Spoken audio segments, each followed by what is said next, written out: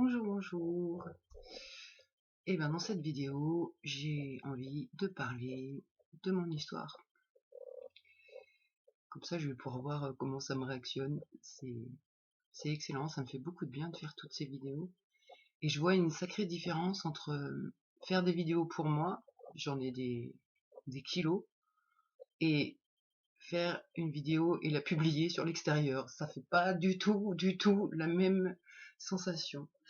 Et je sens vraiment que j'avance dans mon système, ça fait du bien. Parce que là, je croyais quand même que j'étais pas loin de la fin.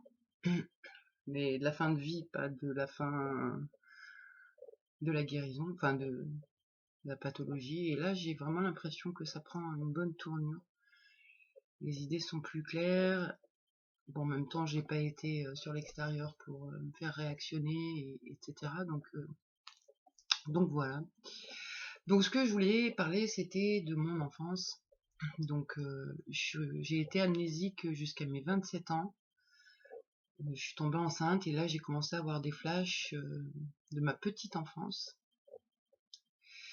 où donc mon père m'a éduquée sexuellement en me faisant croire que ma mère voulait me tuer. Et comme ma mère était un peu pathologique et bien virulente, c'était hyper crédible. Donc j'ai cru toute ma vie que ma mère voulait vraiment me tuer. Et franchement, il y a encore 2 ans, je pensais qu'elle voulait me tuer. Et donc, eh ben, je me suis retrouvée dans ce contexte familial avec une mère pathologique qui hurle tout le temps et qui est violente, et un père qui m'est vraiment super gentil, mais gentil comme ça n'existe pas parce que en fait c'était pas réel. Et donc il m'a éduquée sexuellement et en fait il crée des conflits avec ma mère pour qu'il puisse me protéger ensuite derrière. Et voilà quoi, fallait que je sois à sa disposition et donc mon père et ma mère m'ont fait vraiment péter les plombs et donc là je crois que c'est les premières parts dissociées qui sont apparues. Et si ça s'était arrêté là, je pense que j'aurais été TDI. Voilà. Sauf que ça s'est pas passé comme ça, c'est que comme j'allais très mal petite, ma mère s'est quand même inquiétée, même si elle n'était pas très efficace, parce que très soumise à l'homme. Elle m'a emmenée chez le médecin de famille et j'ai pas pu dire. À 5 ans, on peut pas dire les mots qu'on connaît pas et même les actions. Moi, je savais pas que c'était interdit et que ça se faisait pas. Tout ce que je savais, que c'était vraiment insupportable du côté de mon père et insupportable du côté de ma mère. J'ai juste pu verbaliser que ma mère voulait me tuer. Forcément, le médecin m'a pas cru. Et suite à ça, ça s'est tendu avec mon père énormément et l'école est intervenue. L'école est intervenue euh, pour dire que j'allais pas bien et qu'il fallait faire quelque chose. Et donc ils ont trouvé une super idée de m'envoyer dans une colonie sanitaire pour enfants en difficulté. Je dirais pas le nom, je suis pas prête encore. Et, euh, et donc, tiens, ça c'est marrant, ça me fait bien réagir là quand même. Hein. Donc j'en étais à la colonie. Donc j'ai passé dans mon idée, dans mon souvenir, dans mes souvenirs, moins de 3 mois, mais j'ai pas de timing exact quoi. Et, et donc c'est là que j'ai compris plein de choses. Je vais essayer d'en parler. Donc au début, la colonie, bon ça a été un choc hein, parce que pour moi ça a fait abandon, trahison, rejet. Ma mère voulait se débarrasser de moi, elle avait réussi. Enfin bon, mon père m'avait pas sauvé. Enfin bon, c'était pas simple, c'était compliqué. Et donc j'étais déjà bien une boule de rage. Et donc à la colonie, ça a commencé. Faut que je me détende parce que là, je sens la pression qui monte dans moi. Donc la colonie, ça a commencé où la nuit, donc j'avais 6 ans, enfin 5 ans et demi, j'allais avoir 6 ans. Et la nuit, un bruit courait que la nuit dans les dortoirs, on pouvait être choisi. Et jusqu'au jour, enfin jusqu'à la nuit où j'ai été choisie. Et je rentre pas dans les détails parce que sinon je pourrais pas aller au bout de mon histoire. Mais peut-être que au fil du temps, j'arriverai à publier au moins les écrits des souvenirs, même si je peux pas les dire à l'oral. Donc j'ai été choisie, enfin pas toute seule, hein, parce qu'on était toujours 2 ou 3 à être choisis la nuit. Et donc ils nous emmenaient dans les salles de douche et ils nous faisaient exécuter des choses. Mais c'est là que j'ai compris que ce que mon père me faisait faire, c'était pas normal et c'était pas bien. Donc c'était assez soft, sans rentrer dans les détails par rapport à d'autres choses que j'ai pu vivre. Ça a duré plusieurs nuits, j'ai dû être choisie. Dans mon idée, j'ai été choisie 3-4 fois. Et après, il s'est passé des choses étranges. C'est que arrivé l'heure du goûter, vers 4h30, 5h, une fois que j'avais pris mon goûter, je me sentais très mal. Je me sentais fébrile, je titubais, je voyais flou, tout résonnait dans ma tête. À l'heure d'aujourd'hui, je peux le dire, j'ai été droguée. Et donc, première fois où ça m'arrive ça, on m'emmène à l'infirmerie. J'ai plus aucun souvenir après. Et je me retrouve le lendemain en salle de cours parce que le matin, on avait... alors, c'était pas des cours, hein, j'étais petite, donc c'était la salle de classe où on faisait... on apprenait des choses, on faisait des coloriages et des trucs comme ça. Et l'après-midi, on jouait dehors, des activités en plein air. Et donc, je me suis retrouvée en salle de classe avec un gros bug dans ma tête et j'ai pas compris où j'avais dormi et comment j'étais là, quoi. Et puis, ça a continué. Ça a continué plusieurs fois, plusieurs jours, où toujours, en fin d'après-midi, je déjeunais, je prenais mon 4 heures.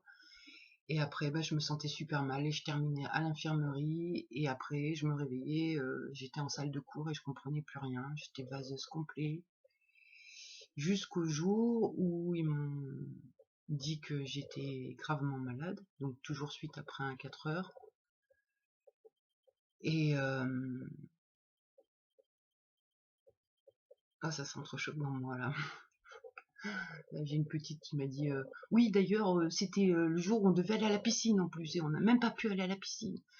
Oui, on n'a pas pu aller à la piscine parce qu'on était soi-disant donc bien malade et il fallait qu'on soit mise en quarantaine.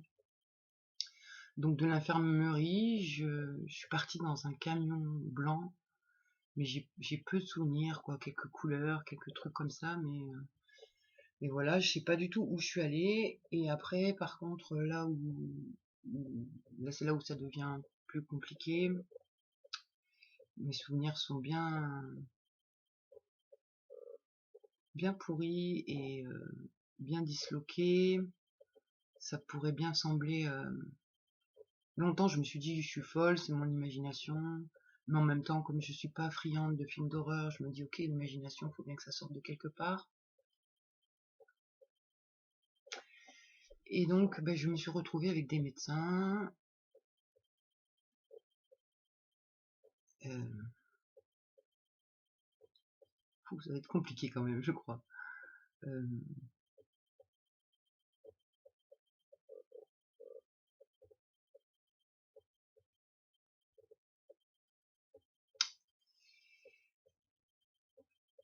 donc, je me suis retrouvée avec des médecins, allongée sur une table froide en fer, nue, avec plein de choses accrochées sur moi, sur mon corps et sur ma tête. Au-dessus de ma tête, il y avait des lumières bleues, rouges et blanches qui pouvaient clignoter très vite. Et c'était une lumière très forte, avec du rouge, donc du blanc, du bleu, et c'était très aveuglant. J'étais interrogée, ou on me posait des questions, il fallait que je réponde vite, je comprenais pas trop, mais tout ce que je sais, c'est que si je répondais pas assez vite et la bonne réponse, je me prenais une douleur, une décharge. Maintenant, adulte, je peux me dire que ça devait être comme des électrochocs ou des charges électriques, je sais pas. J'ai cru que je mourrais plein de fois de douleur et de peur de la douleur qui va arriver. Ensuite, ça, je peux pas dire combien de temps ça a duré, mais pas qu'une fois. J'ai l'impression que ça a duré plusieurs jours, parce que je sens un calvaire dans moi je la sens bien, la part qui sait qu'il faut y retourner. Enfin, c'est trop dur à expliquer, mais donc ça a duré plusieurs jours. Après, donc je vais parler en termes de... J'ai fait un rêve ou j'ai fait un cauchemar, ce sera plus simple pour verbaliser parce que je peux utiliser ce genre de mots et ça affirme pas que j'ai vécu ça.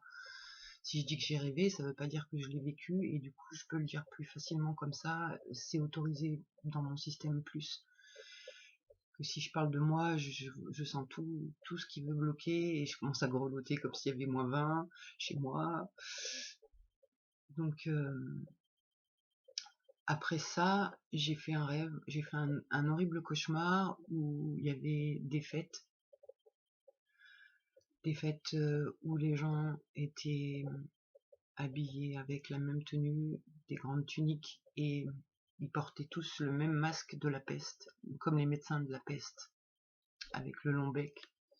Je mettrai une peinture que j'ai faite pour représenter la levée d'amnésie que j'ai eue en 2019 sur ce sujet. Et ça m'égare quand même, hein. Donc il y avait des fêtes, les fêtes c'est très flou dans mon esprit. Je me sens complètement shootée, complètement droguée. Après, j'ai pas vraiment accès à la boîte noire. Je peux juste la ressentir dans mon corps. Je peux pas l'avoir en mémoire de souvenir. C'est-à-dire les sévices qu'ils m'ont fait pendant la fête. Et j'ai pas les souvenirs précis. J'ai les douleurs dans moi. Donc à ces fêtes-là, j'étais attachée au cou, au poignet, à la taille, aux chevilles. Et, et c'est des douleurs qui existent toujours à l'heure d'aujourd'hui en fait. C'est-à-dire que dans une autre vidéo, j'ai dit que j'avais pas le droit de faire plein de choses. C'est que si je fais les choses et que j'essaye de me contraindre et de faire quand même et de passer outre mesure, ça me rattrape quoi qu'il arrive parce que ça va me mettre des grosses décharges. Ça va commencer à me gratter dans tout mon corps et puis à me piquer à plein d'endroits. Et puis si c'est pas suffisant, après c'est des gros coups d'aiguille, enfin des grosses décharges. Je reprends encore la décharge. Donc ben voilà, moi à la maison, je suis à peu près tranquille de que je me lève le matin jusqu'à 17h. Où là, bon, bah, je suis coincée, mais je suis bien, je peux m'organiser, faire des trucs, du bricolage, mais pas communiquer sur l'extérieur. Donc il faut que je m'organise toute seule. Et après 17h, les grosses angoisses arrivent et jusqu'à la nuit, quoi. C'est mon pire cauchemar, c'est de 17h à pendant la nuit. Donc du coup, il y avait ces fêtes-là et il y en a eu plusieurs. Et j'ai des flashs aussi où quand on est aussi choisi à ces fêtes-là et donc des endroits où je me retrouve avec quelques personnes et là je vais pas en parler non plus, je peux pas.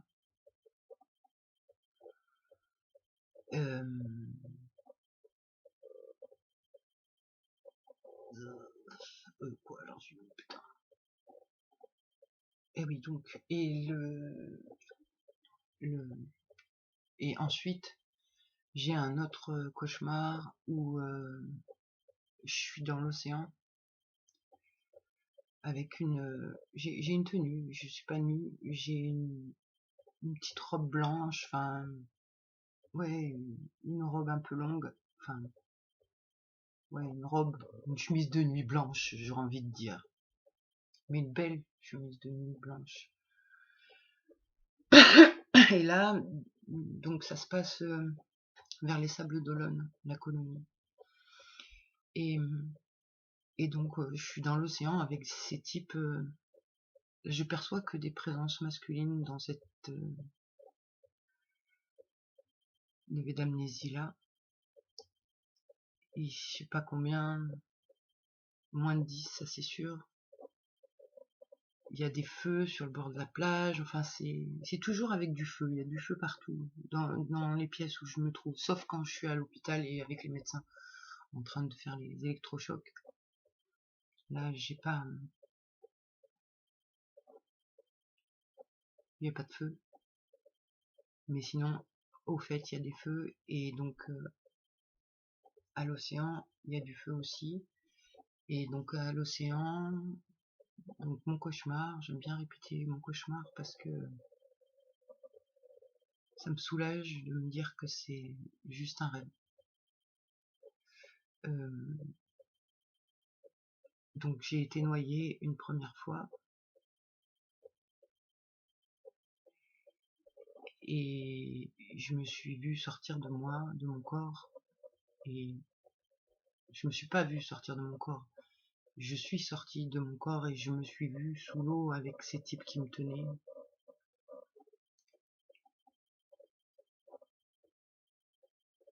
Et puis ils m'ont relevé la tête de l'eau, j'ai pu respirer, j'ai cru que j'étais sauvée. Et ils m'ont remis dans la tête dans l'eau.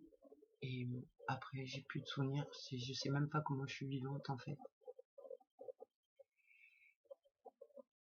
Après j'ai pas de souvenirs quand je suis rentrée de la colonie. Et j'ai pas de souvenir de comment ça s'est arrêté avec mon père. Mes souvenirs, ils arrivent quand on déménage et quand on arrive à Pont-du-Château en 82. La colonie, c'était en 80. Donc dans ma mémoire, il me manque encore ma relation à Anne, je dirais pas son prénom parce que je suis en vidéo. Donc le prénom d'une petite fille que ma mère gardait. On a été élevés comme des sœurs jumelles de nos 1 an à nos 7 ans. Anniversaire en même temps, on avait 2 jours d'écart. Cadeaux de Noël les mêmes, cadeaux d'anniversaire les mêmes, enfin élevés un peu comme des jumelles, et elle était mal dans sa famille, moi j'étais très mal dans la mienne, donc forcément on a été proches, mais j'ai pas de souvenir d'elle. J'ai l'impression qu'elle a été un poison pour moi, et en même temps elle me protégeait. Enfin, j'ai toujours eu un problème de toute façon avec les gens qui me protègent, hein, parce qu'à chaque fois ils m'en ont fait voir de toutes les couleurs. Donc il me manque en souvenir des souvenirs avec cette personne, cette fille, comment je suis rentrée de la colonie. Je sais qu'on a été séparés d'école à ce moment-là. J'ai pas tellement de souvenirs, c'est très flou. Et après, on arrive à Ponduche et là, je me rappelle. Et donc, je me rappelle,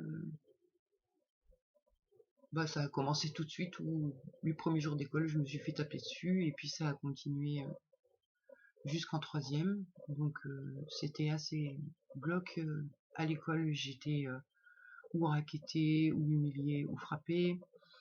Emmerdée tout le temps, à longueur de temps. D'ailleurs, s'il y avait un jour où ça arrivait pas, presque je trouvais pas ça normal et presque j'avais pris ça comme habitude et comme ma mère me donnait de l'amour à coups de gifle, je me disais bon les autres c'est pareil, hein. Ça veut dire qu'ils m'aiment s'ils se foutent de ma gueule, je sais pas, un truc comme ça.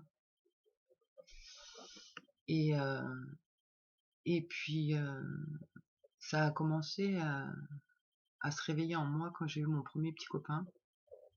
J'avais 17 ans et je l'aimais, hein. J'étais amoureuse de lui.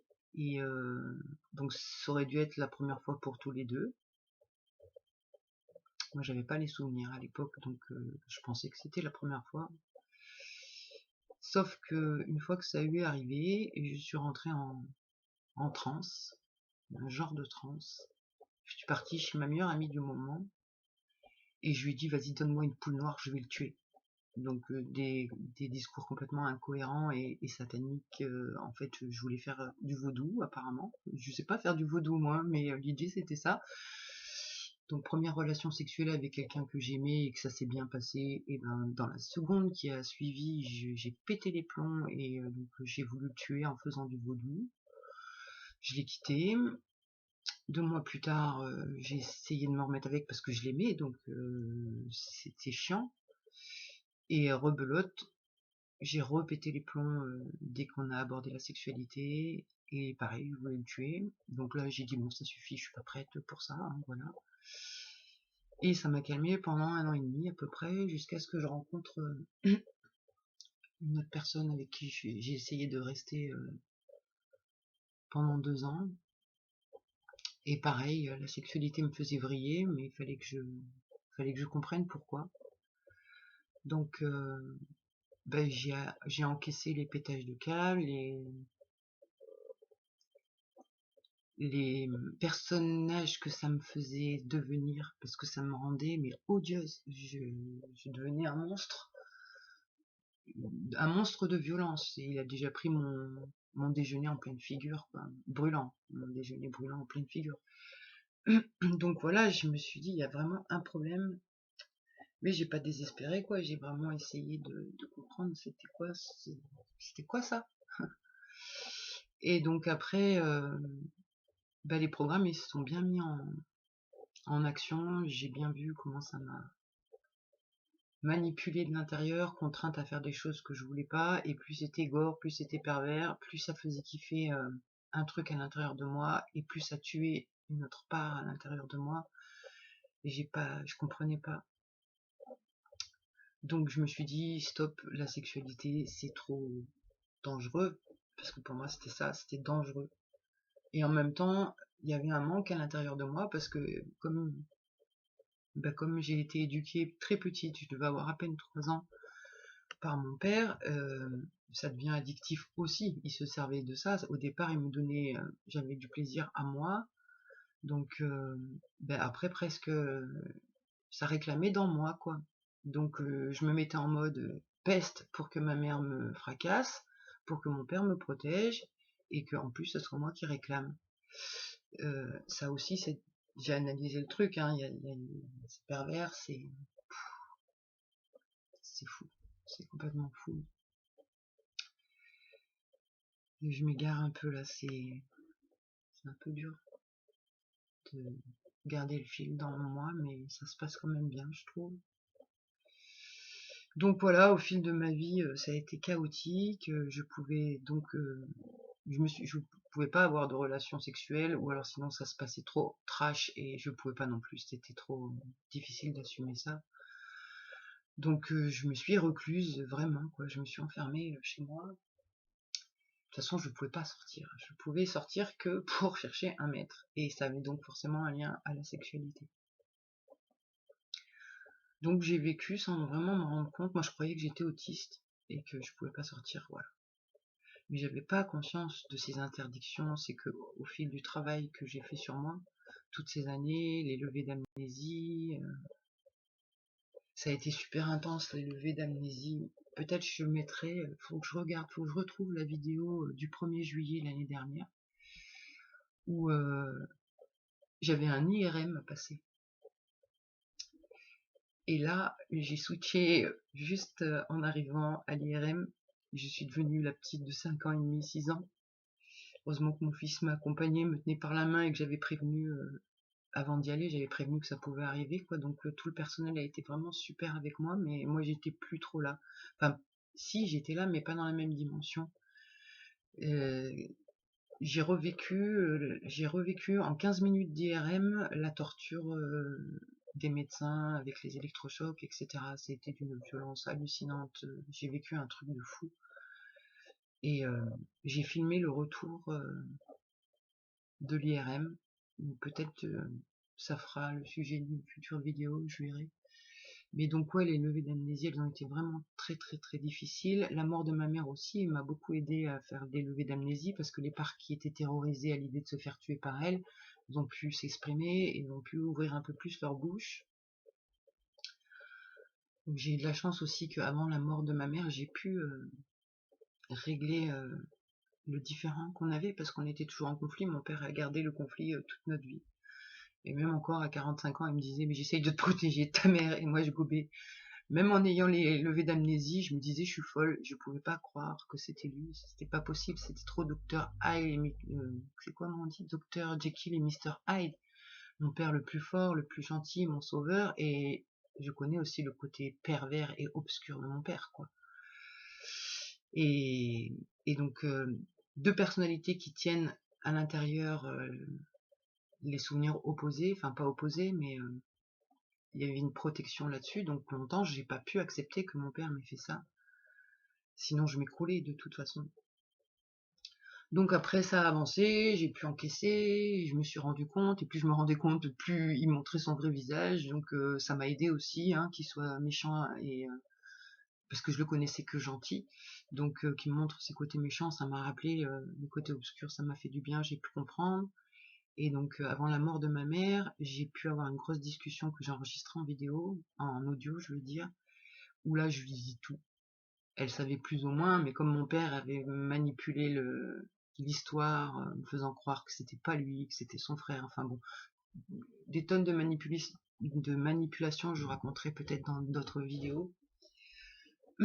Donc du coup, j'étais pas très crédible, j'étais surtout bonne à enfermer aux yeux de tout le monde. Et, et du coup, j'ai pu avoir cette conversation où elle m'a cru, où elle m'a dit qu'elle m'aimait pour la première fois de ma vie, où elle m'a certifié qu'elle n'avait jamais eu l'intention de me tuer ni de se débarrasser de moi. Enfin, c'était beau, c'était très beau. Et puis du coup, bah ça a pas plu à mon père qui a foutu la merde. Donc j'ai pas pu revoir ma mère. Elle est tombée malade d'un cancer du pancréas. Et en 2 mois, elle a été morte. Et j'ai pas pu la voir, j'ai pas pu lui dire au revoir. J'ai pas pu aller en enterrement, j'étais pas au courant. Enfin bon, ça a été vraiment très très très difficile pour le départ intérieur à gérer. Et la chance que j'ai, c'est j'ai des aspects. Ma thérapeute et ma chamane interne. Ma chamane, elle communiquait avec les morts. Donc je savais que ma mère allait mourir avant qu'elle meure. J'ai pu me préparer. Je savais plein de choses à l'avance. Donc ça aide. Ça aide. Mais c'est pas le sujet. Bon, je vais arrêter ma vidéo parce que ça a fait déjà 30 minutes bientôt, et c'est déjà suffisant. Là, je trouve que je suis contente, j'ai pu dire tout sans être trop prise par les émotions, et je sens même une joie en moi. Mais je le sens, hein. J'ai l'impression que je reconnecte avec la petite, enfin la petite, je sais pas comment verbaliser. Sur mon dessin, j'avais fait, il y avait la petite boule verte enfermée dans le noir, et puis après il y a l'alter-shell avec tous les alters à l'intérieur. Et je pense que l'autre part, elle est vraiment, je reconnecte avec, je pense, et le fait de dire les vérités, de dire les choses, ça la met en joie parce qu'elle est reconnue. Et je pense que mon système va aller de mieux en mieux, et j'y crois. Donc j'ai eu des nouvelles pour mon hospitalisation. Je rentre mardi à 14h30. Donc là, je pense que voilà, ça va dépoter. Bon, ben voilà, je suis très contente d'avoir fait cette vidéo. Et merci s'il y a des personnes qui l'écoutent. Et merci pour le soutien. Et puis voilà, si je fais ces vidéos, c'est thérapeutique pour moi. Et c'est aussi pour montrer les choses horribles qui arrivent sur cette terre.